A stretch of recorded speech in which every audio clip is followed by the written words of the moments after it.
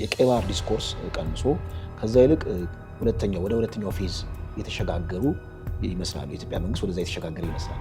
መጀመሪያ በናሬቲቭ ደረጃ ባለማመደ የኢትዮጵያን ሕዝብ አጠቃላይ ቀይባር ይገባናል፣ እንግዲህ ድንበራችን ቀይባር ነው የሚለው ነገር እንደው መሽኮርመሚያ ቃል መሆኑ ቀርቶ ዋነኛ የኢትዮጵያ ሕዝብ ልክ እንደሚገባው ማለት ነው ቨርባሊ ትሪት በማድረግ ተጠምዶ ነበረ። ሚዲያዎችም ይህን ዲስኮርስ በደንብ ገዝተውት ነበርና ይህ ዲስኮርስ አሁን የግብፅ ኢኮኖሚ በጣም ደቋል፣ በኢኮኖሚ ድቀትም እየታመሰች ነው።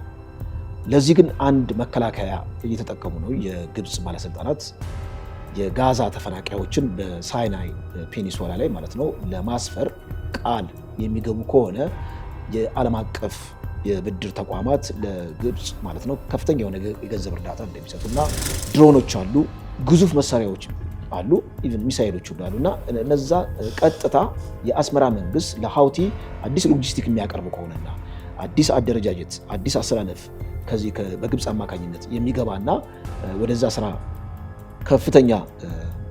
በከፍተኛ ሁኔታ ወደዛ ውስጥ የሚሳተፍ ከሆነ እዚህ ከ60 ኪሎ ሜትር ከኤርትራ ባህር ዳርቻ 60 ኪሎ ሜትር ከሚርቀው የጦር ቤዝ ማለት ነው ከፍተኛ የሆነ ጥቃት ሊፈጸም ይችላል። ቀጥታ ጥቃቱ ደግሞ ታርጌት የሚያደርገው እንግዲህ አስመራ ላይ ሊሆን ይችላል እና አስመራ ላይ ከፍተኛ ውድመት ሊፈጠር ይችላል።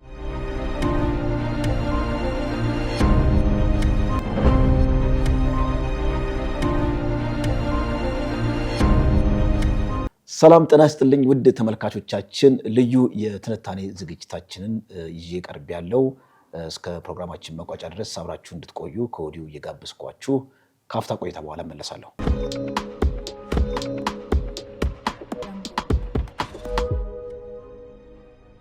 እንደተለመደው ቀጠናዊና ሀገራዊ ጉዳዮችን ነው የያዝኩት። እስቲ በቅድሚያ በጣም አነጋጋሪ የሆነው የኖርዲክ ሞኒተር የተባለ የመረጃ አውታር ከቱርክ ሰላዮች ጋር በተያያዘ ያወጣውን መረጃ ላጋራችሁ። ምንድነው ኢትዮጵያ ውስጥ ያለው ኤምባሲ የቱርክ ሰላዮችን ኢትዮጵያ ውስጥ በደንብ እንዳሰማራና ኢትዮጵያ ውስጥ ያለውን አጠቃላይ የፖለቲካ ሁነት ኮንትሮል የሚያደርጉ ሰላዮችን በብዛት እንዳሰማሩ በምርመራ ዘገባ ኖርዲክ ሞኒተር የመረጃ አውታር አውጥቶታል። በዋነኛነት እንደዚህ ሰላዮች ኢትዮጵያ ውስጥ የሚሰሩ ስራ ምንድነው? ኤርዶጋን ተቀናቃኞችን ኢትዮጵያ ውስጥ ያሉትን የቱርክ ዜጎችን ማለት ነው እየተከታተሉ እነዛ ላይ እርምጃ መውሰድ የሚል ነገር ነው። ነገር ግን ነገሩ ከፍ ያለም ኢትዮጵያ ላይ ቀጥታ የኢትዮጵያ ፖለቲካ ሁነት ላይም ተጽዕኖ እንደሚያሳድሩ አንዳንድ ታዛቢዎች በስጋት መልክ ሲገልጹት ይስተዋላል። ምንድነው? ቱርክ እንግዲህ አሁን ያለችበት የፖለቲካ አሳለፍ ቀጠናው ላይ በጣም ተገለባብጧል። ዋናዋን ሶማሊያ ይዛ እዚህ ቀጠናው ላይ ያለውን የፖለቲካ ሁነት እንደፈለገች ለመዘወር ትንሽ ተውተርትራ ነበረ።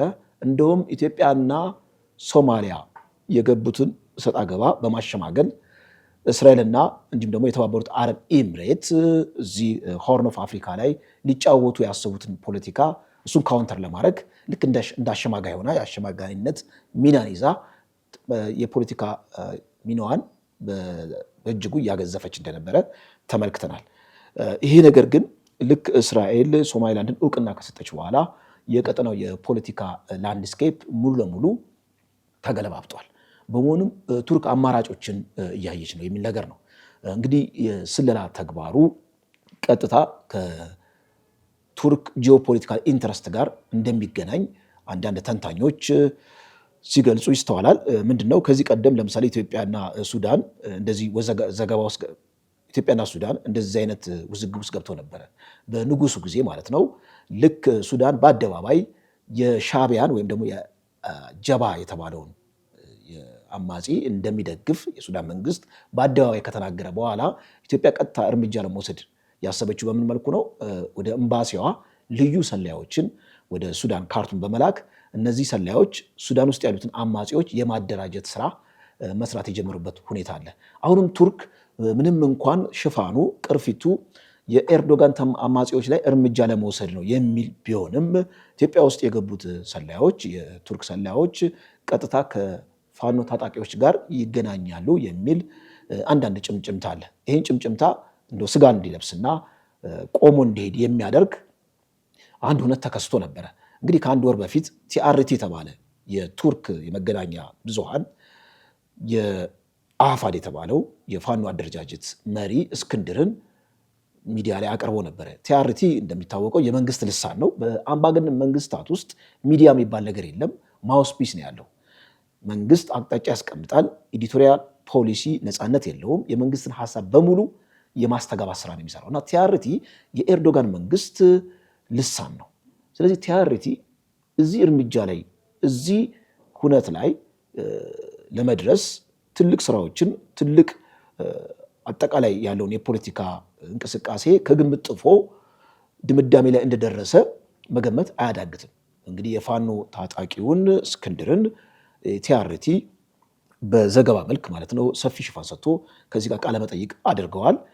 እዚህ ላይ የፋኖ ፐብሊሲቲ መጨመር ወይም ደግሞ አጠቃላይ በዓለም አቀፍ ያለውን ኢሜጅ መጨመር ሊሆን ይችላል። የሎጂስቲክ አቅርቦትና የመሳሪያ አቅርቦትም የቱርክ መንግስት ድጋፍ ሊያደርግ ይችላል የሚል ነገር ነው።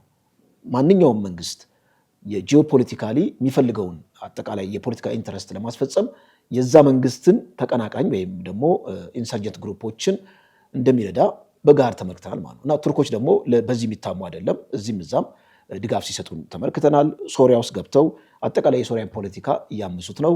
እዚህ ደግሞ ኢትዮጵያ ውስጥ ቀጥታ ከፋኖ ታጣቂዎች ጋር የሚገናኝ አዲስ መስመር ከፍተዋል ወይም ደግሞ ፋኖ ታጣቂዎችን ለመርዳት እያቆበቆቡ ነው። ምክንያቱም እስራኤል እዚህ በሶማሊላንድ እውቅና ተረሳ ጂኦፖለቲካሊ የበላይነት ስለያዘች ቱርክ እዚህ ምስራቅ አፍሪካ አካባቢ ካውንተር ለማድረግ እስራኤልን፣ የተባበሩት አረብ ኤሚሬትን፣ ኢትዮጵያንና ሶማሊያን በማሸማገል ይህን ትንሽ ሞክራ ነበረ። ይሄ ፌል በሚያደርግበት ጊዜ ከእሷ ተጻራሪ የሆኑ ኃይሎችን ወይም ሀገራትን የሚያዳክሙ ስራዎችን ወደ መስራት ልትሸጋገር እንደምትችል ተንታኞች በግምት መልክ ወይም ደግሞ በስፔኩሌሽን መልክ ያስቀመጡት ነው። በእርግጥም ስትመለከቱት ምክንያታዊ ይመስላል፣ ሚዛናዊም ይመስላል ማለት ነው። ከሀገሩ ወይም ደግሞ ከኤርዶጋን የፖለቲካ ነባራዊ ሁኔታ በመነሳት ወደሚቀጥለው መረጃ ከማለፌ በፊት ቻናሉን ላይክ እና ሰብስክራይብ እያደረጋችሁ አብራችሁ እንድትቆዩ እጋብዛችኋለሁ። ካፍታ ቆይታ በኋላ እመለሳለሁ።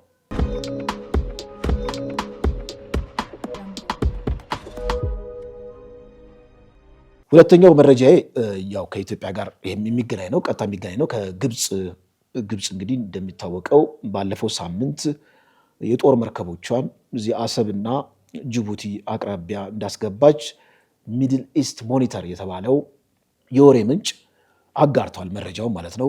በድብቅ የወታደራዊ ስምምነት በዶራሌ ወደብ እንግዲህ ኢትዮጵያ የምትጠቀምበት የዶራሌ ወደብ ነው።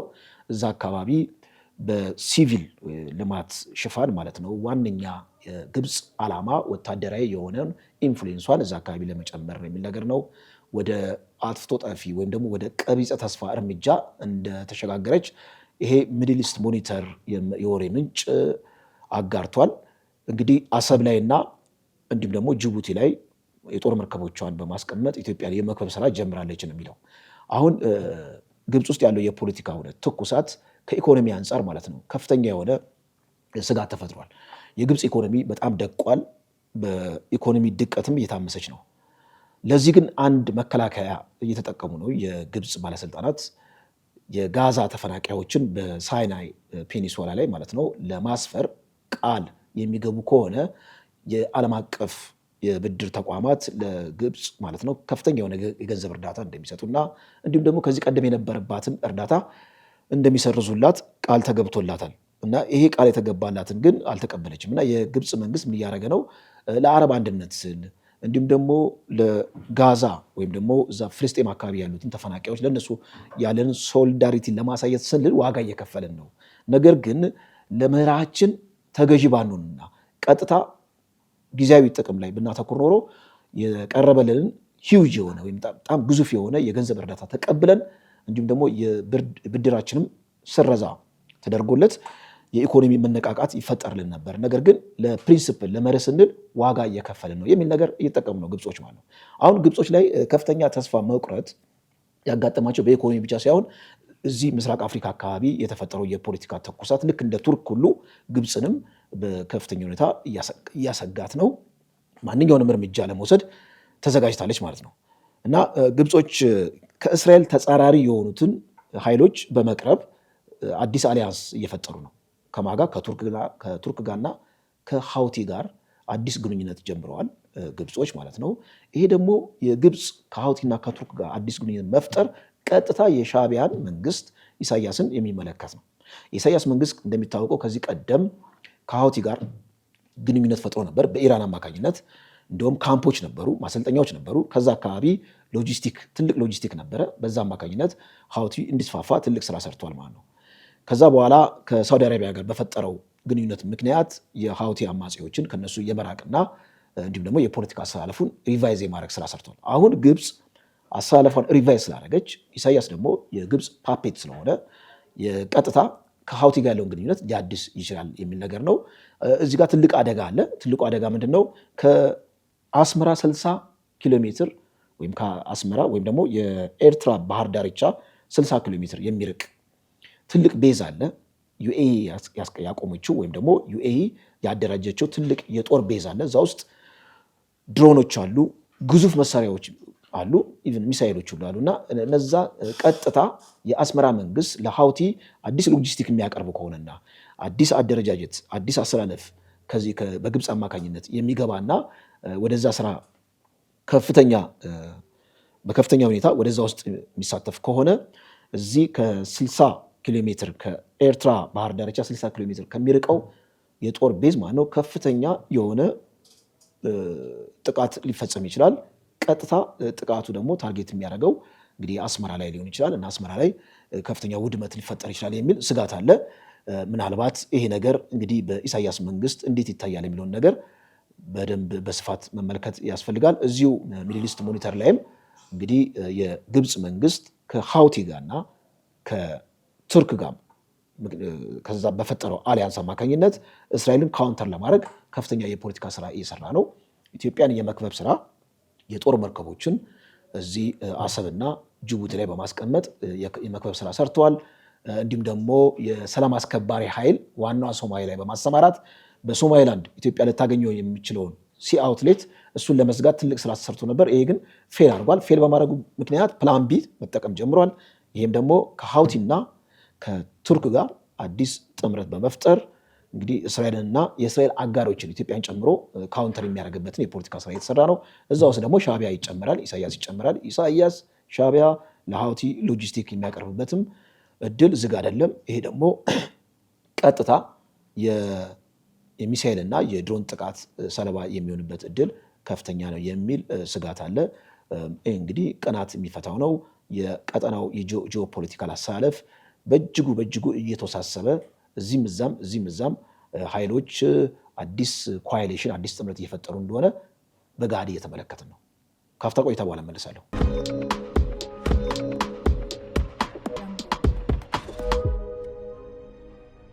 ሶስተኛው መረጃዬ እንግዲህ ከዚህ ከደቡብ የመንና ከኤርትራ ጋር የሚገናኝ ነገር ነው። ደቡብ የመን ላይ ኤስቲሲ የሚባል አዲስ ኃይል በተባበሩት አረብ ኤምሬት አማካኝነት በጣም ጎልቶ የወጣ ነው። ይህ ኃይል መገንጠል ነው የሚፈልገው፣ ደቡብ የመንን መገንጠል ነው የሚፈልገው። ሰሜን የመን ላይ ሀውቲዎች አሉ። እንዲሁም ደግሞ የሽግግር ዋነኛው መንግስት ደግሞ በሳውዲ አረቢያ ይደገፋል ማለት ነው እና እዚህ ዩኤኢ አካባቢ ይህንን ተገንጣይ ቡድን በመደገፏ ምክንያት ትናንት አልጀዚራ ባወጣው መረጃ አማካኝነት ከፍተኛ የሆነ ጥቃት በሳውዲ አረቢያ ተፈጽሞበታል። የጦር ቤዙ እንዲሁም ደግሞ ስቴሽኑ በሙሉ እንዲወድም ተደርጓል። ይህም የተደረገበት ምክንያት እንግዲህ ዋና የዩኤኢ ዓላማ ሁሌ ሙስሊም ብራዘርሁድ የሚባሉትን ታጣቂዎችን ወይም ደግሞ የፖለቲካ ኃይሎችን እነሱን የሚቀናቀን ማንኛውንም ኃይል ነው የምደግፈው እና የሙስሊም ብራዘርሁድን ደግሞ የሚደግፉት ሳውዲ አረቢያ ናቸው። እንዲሁም ሳውዲ አረቢያ ይህንን ኃይል ኢትዮጵያ ውስጥ ራሱ ለማስፋፋት ትልቅ ስራ እንደምትሰራ አንዳንድ የመረጃ አውታሮች ሲያወጡ ተመልክተናል። በመሆኑም እዚህ ደቡብ የመን ላይ ያለው የፖለቲካ ሁነት ምናልባት ለሻዕቢያ ለኢሳያስ መልካም ነገር ሊያመጣ ይችላል ብለው የሚገምቱ አሉ። ምንድነው?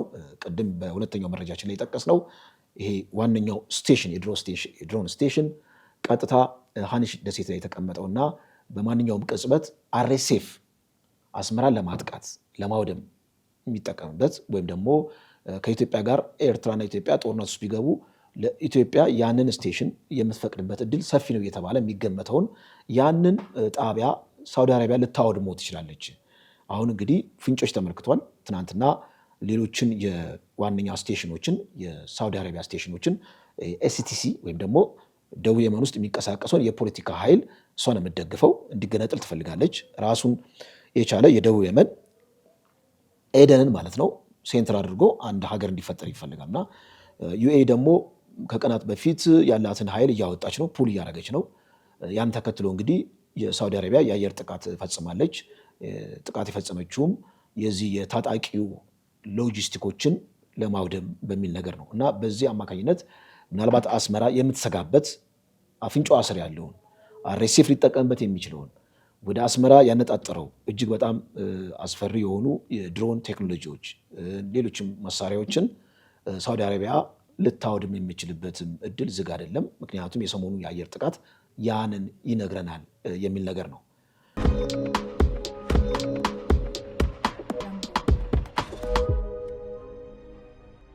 ወደ ቀጣዩ መረጃችን ስናልፍ እንግዲህ በዚህ አዲሱን ዓመት አስመልክቶ የኢሳያስ ለኤርትራ ሕዝብ አጠቃላይ ማለት ነው ወታደራዊ ትርኢት የሚታይበት እዛ ላይ ስብሰባ ላይ ተካፍለው ነበረ። በዛ ላይ በዛው በእነሱ ናሽናል ቴሌቪዥን የተላለፉ መረጃዎች ነበሩ። መረጃዎቹ ምንድን ነው? ቀይ ባህር ድንበራችን ነው። ይህን ባህር ማለት ነው ጠላቶቻችን ሊቀሙን ብዙ ስራዎች ሰርተዋል። ነገር ግን ስቲል አሁንም አንደፈርም፣ ሉዓላዊነታችን እንደተጠበቀ ነው የሚል ነገር መረጃ አስተላልፈዋል። ከቅርብ ጊዜ ወዲህ ወታደራዊ የሆኑ ቋንቋዎች ቀነስ እያለ ነው በኢትዮጵያ ወገን። እንደውም በአብዛኛው ጊዜ ታዛቢዎች የሚናገሩት ምንድን ነው የቀይ ባህር ዲስኮርስ ቀንሶ ከዛ ይልቅ ወደ ሁለተኛው ፌዝ የተሸጋገሩ ይመስላሉ። የኢትዮጵያ መንግስት ወደዛ የተሸጋገረ ይመስላል። መጀመሪያ በናሬቲቭ ደረጃ አለማመደ የኢትዮጵያን ሕዝብ አጠቃላይ ቀይ ባህር ይገባናል፣ እንግዲህ ድንበራችን ቀይ ባህር ነው የሚለውን ነገር እንደው መሽኮርመሚያ ቃል መሆኑ ቀርቶ ዋነኛ የኢትዮጵያ ሕዝብ ልክ እንደሚገባው ማለት ነው በቨርባሊ ትሪት በማድረግ ተጠምዶ ነበረ። ሚዲያዎችም ይህን ዲስኮርስ በደንብ ገዝተውት ነበር እና ይህ ዲስኮርስ አሁን በተወሰነ ደረጃ ተቀዛቅዞ ወደ ሁለተኛው ፌዝ የተሸጋገረ ይመስላል። ሁለተኛው ፌዝ ምንድን ነው? አንደኛ የፖለቲካ አላያንስ ክሬት ማድረግ፣ መሬት ላይ ያሉትን ስራዎች መስራት፣ በእርግጥ ቀይ ባህርን ኦን ለማድረግ የሚካሄድበትን የፖለቲካ ስልትና ጥበብን ገቢራዊ ማድረግን ማለት ነው እና ኢትዮጵያ መንግስት ወደዛ የተሸጋገረ ይመስላል። እንዲሁም በዛኛው በኤርትራ ወገንም የማስታወቂያ ሚኒስትሩ ኢትዮጵያ ወደ ሰልፍ ዲፌንስ ናሬቲቭ ተሸጋግራለች፣ ይሄኛውን ትተዋለች፣ ዋነኛነት ቀይ ባህር ይገባኛል የሚለውን ነገር ትታ ወደ ሰልፍ ዲፌንስ ናሬቲቭ ተሸጋግራለች ብለው የተናገሩት ኢትዮጵያ ውስጥ ያለው የሚዲያ ላንድስኬፕ መቀዛቀዙን ተመልክተው ነው። በኤርትራ ወገንም ትንሽ ብልጭ ድርግም የሚል ነገርም እየተመለከትን ነው። አሁን ብልጭ ድርግም የሚለውን ነገር ከዚህ ቀደም ብዙም በበፊቱ ደረጃ ባንመለከተውም አሁን በዚሁ በኤርትራ ማለት ነው አዲሱን ዓመት አስመልክተው በተላለፈው መረጃ ላይ የመድረክ ትርኢታቸው ላይ ልክ እንደተለመደው ጦርነት ጎሳሚ እንዲሁም ደግሞ ራሳቸውን ካለቅጥ ማለት ነው ካለቅጥ አግኖ የማየት ነገር ነው። አንዳንድ ታዛቢዎች ኤርትራውያን እንደው ተጎሳቅለዋል፣ ኤርትራውያን ነፃነት የላቸውም ይባላል። ነገር ግን ህዝቡን በቴሌቪዥን ስንመለከተው መንግስት እንደሚደግፍ ነው። አሁን ራሱ አዲሱ ዓመት አስመልክቶ የተሰበሰቡት አጠቃላይ የኤርትራ ህዝብ ምን ያህል ለኢሳያስ ያላቸውን ታማኝነት ነው ብለው ይገልጻሉ። ነገር ግን አምባገነን መንግስታት በዚህ መልኩ አይገለጹም። አምባገነን መንግስታት ሲወድቁ ነው የሚታወቀው። አምባገነን መንግስታት ሁሉም ነገር ሙሉ፣ ሁሉም ነገር ተድላና ፍስሃ ያለ ያስመስላሉ። ነገር ግን በሚወድቁበት ጊዜ ሲስተም ስለሌለ፣ ተቋም ስለሌለ ችግሮች አፍጥ ይወጣሉ ማለት ነውና በአምባገነን መንግስታት የሚደረግ ተሳትፎ ሞቢላይዜሽን የሚባለው። ሞቢላይዜሽን ማለት ምን ማለት ነው? ካድሬዎች አነሳስተው አጠቃላይ ዜጎቻቸውን ለመንግስታቸው ያላቸውን ሶሊዳሪቲ እንዲያሳዩ ወደ አደባባይ እንዲወጡ ሰልፍ እንዲያደርጉና ይሄ የኢሳያስ ላለፉት 30 ዓመታት ያየነው ነው እና አሁንም የምናየው ትርኢት በቴሌቪዥን የምናየው ትርኢት በእርግጥ የኢሳያስ መንግስት ጠንካራ እንደሆነና የኢሳያስ መንግስት ሙሉ የህዝብ ቅቡልነት እንዳለ የሚያሳይ ፎልስ የሆነ ኢሜጅ ነው። ፕራክቲካሊ ኢሳያስ በሚያልፉበት ጊዜ የኤርትራ መንግስት ወይም ደግሞ የኤርትራ አጠቃላይ ፖለቲካ ሁነት ከድጡ ወደ ማጡ እንደሚሆን ሳይታመል ምንድን ነው ሳይታሰብ ወይም ደግሞ ሳይታለም የተፈታ ነው ብለን ማስቀመጥ እንችላለን። እንደ መውጫ ወደ ያዝኩት መረጃ ከማለፌ በፊት ከአፍታ ቆይታ በኋላ እንመለሳለን።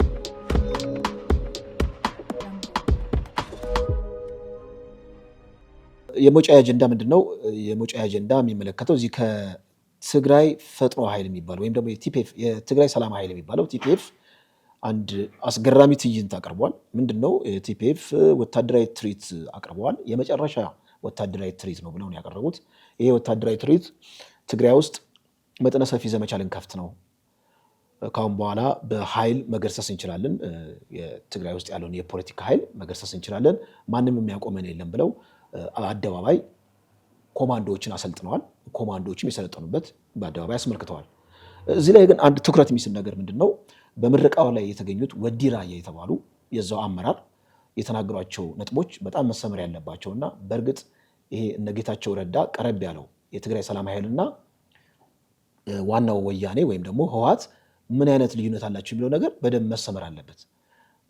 ምክንያቱም በዚህ ንግግር ላይ ምን ብለዋል? እኚህ ወዲ ራያ የቲፒኤፍ አመራር ዋነኛ ዓላማችን ቲፒኤልኤፍን ከስልጣን ማስወገድ ነው፣ የትግራይ ሉዓላዊነትን መመለስ ነው፣ እንዲሁም ተፈናቃዮችን ወደ ቀያቸው መመለስ ነው ብለው አስቀምጠዋል። እዚህ ጋር 1 2 3 ብለን ስናስቀምጥ በወያኔና በዚህ ጌታቸው ረዳ በሚደግፉት በትግራይ ሰላም ኃይል ወይም ደግሞ የመንግስት የብልጽግና መንግስት የሚደግፈው የትግራይ ሰላም ኃይል እና በቲፒኤልኤፍ መካከል ምንም ልዩነት የለም ማለት ነው። ልዩነቱ የስልጣን ብቻ ነው። ከዚህ ቀደም ከራያ አካባቢ የተደራጁ ሚሊሻዎች ከቲፒኤፍ ጋር ከትግራይ ሰላም ኃይል ጋር ሆናችሁ አንድ ላይ ወያኔ ውጉ በሚባሉበት ጊዜ አይ ቲፒኤፍ የሚባለው የትግራይ ሰላም ኃይልና ዋና ወያኔ ምንም ልዩነት የላቸውም፣ በአማራ አጠቃላይ አወዛጋቢ በሆኑ ቦታዎች ላይ የትግራይ ሉዓላዊ ግዛት እንደሆነ ነው የሚያስቡት ማለት። ይህ የትግራይ ሰላም ኃይል በእርግጥ የወያኔን አጀንዳ ሙሉ ለሙሉ ከቀዳና ከእንደገና ወደ ስልጣን የሚመጣ ከሆነ ውሃ ቅዳ ውሃ መልስ ነው የሚሆነው ማለት። ይሄ ወንድም ከሆነው ከአማራ ህዝብ ጋር በወያኔ አማካኝነት የተፈጠረውን ሽብልቅ ወይም ደግሞ ክፍተት ለመሙላት ያለው እድል የተመናመነ ነው። በመሆኑም ቲፒኤፍ የተባለው የትግራይ ሰላም ኃይል የተባለው እዚህ አፋር ውስጥ ያለውና ዋናው ወያኔ ምናልባት ሃይኮፒ እና ኦሪጂናል እንደሚባለው ኦሪጂናል ወያኔው የት አለ? መቀሌ አለ። ሃይኮፒ ወያኔ ደግሞ እዚህ አፋር ውስጥ አለ። በሁለቱ መካከል ያለው ልዩነት የስልጣን ነው እንጂ የመርህ አይደለም ማለት ነው። ስለ ወልቃይት ያላቸው አመለካከት፣ ስለ ራያ ያላቸው አመለካከት ስቲል አሁንም አንድ አይነት ከሆነ ወልቃይትና ራያ የትግራይ ሉዓላዊ ግዛት ነው ብለው የሚያስቡ ከሆነ ወልቃይትና ራያ ላይ የተፈጠሩትን የፖለቲካ ልዩነቶች በጠረጴዛ ዙሪያ እንፍታ። ልክ እንደ ወያኔ የትግራይ ሉዓላዊ ግዛት ብለን ድርቅ አንልም።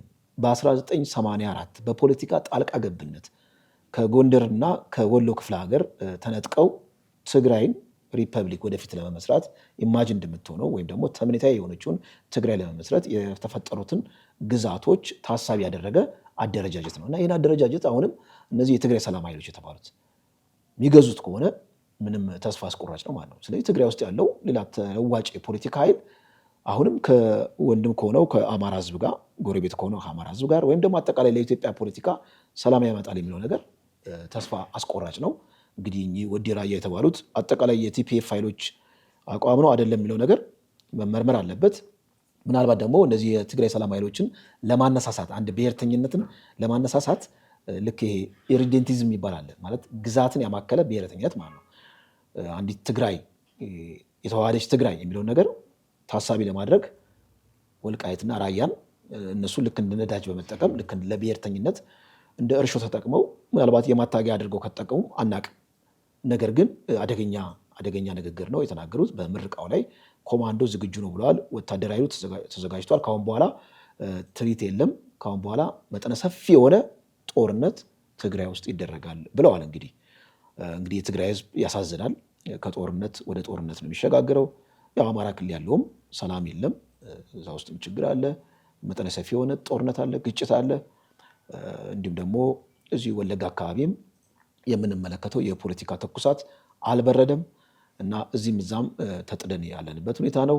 ከጉያችን ያለው ሻዕቢያ ኢሳያስም ኢትዮጵያ ላይ ያሉትን የፖለቲካ ምስቅልቅሎች ለፖለቲካ ማርኬት ወይም ለፖለቲካ ገበያ ይጠቀምባቸዋል። ሌሎችም ደግሞ ተቀናቃኝ ኃይሎችን ኢትዮጵያን እንደየአስፈላጊነቱ ካላቸው ብሔራዊ ጥቅም አንጻር አስልተው ኢትዮጵያን የራሳቸው አሊያንስ ለማድረግ የሚጥሩበት ሁኔታ አለ።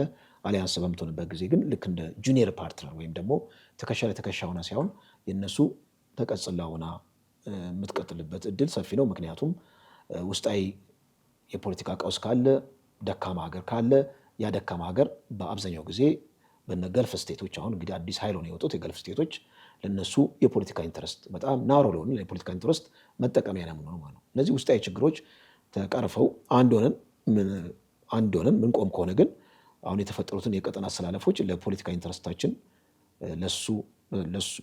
ለሱ በሚሆን መልኩ እንደ አዲስ አበጅተ ነው የምንንቀሳቀስበት እድል በጣም ሰፊ ይሆናል። አድማጭ ተመልካቾቻችን ለዛሬ እጅ ላይ የነበሩትን መረጃዎች በዚሁ ጨርሻለሁ። በሚቀጥለው እስከምንገናኝ ድረስ ቸር ቆዩ።